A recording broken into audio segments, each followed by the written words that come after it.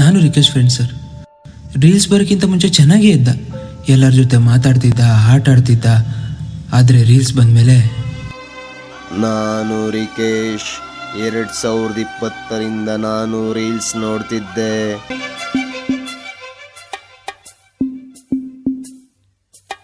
Reels ನೋಡುವಾಗಲೆಲ್ಲ ನನಗೆ ಉಲ್ಲಾಸ ಕೊಡುತ್ತೆ. ಇನ್ನೊಂದು ಸ್ವಲ್ಪ ದಿನದಲ್ಲಿ ಅವನ ಜೀವ ಕೈಲಾಸ ಸೇರುತ್ತೆ. ರೀಲ್ಸ್ ಇಂದ ನಾನು ಎಲ್ಲರನ್ನು ದೂರ ಮಾಡಿದೆ.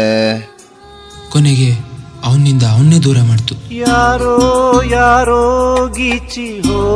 ಅವನು ರೀಲ್ಸ್ಗೆ ಎಷ್ಟು ಅಡಿಕ್ಟ್ ಆಗಿದ್ದ ಅಂತಂದ್ರೆ ನಾರ್ಮಲ್ ಮಾತನ್ನು ರೀಲ್ಸ್ ತರನೇ ಆಡ್ತಿದ್ದ.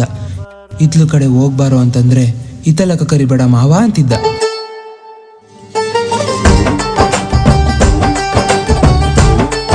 ಅವನ್ ನೆನ್ಸ್ಕೊಂಡ್ರೆ ಬೇಜಾರಾಗುತ್ತೆ ಸರ್. ಇಷ್ಟ ಬಂದಂಗೆ ಆಡ್ತಾನೆ, ಕುಣಿತಾನೆ, ನಗ್ತಾನೆ, ಕಿರ್ಚ್ತಾನೆ, ಅಳ್ತಾನೆ. ಇವಳು ರಿಕೇಶ್ನ ತಂಗಿ ಸರ್. ಪಾಪ ಇನ್ನಿವಳಿಗೆ ಹಾರ್ದಿಕ್ಕು.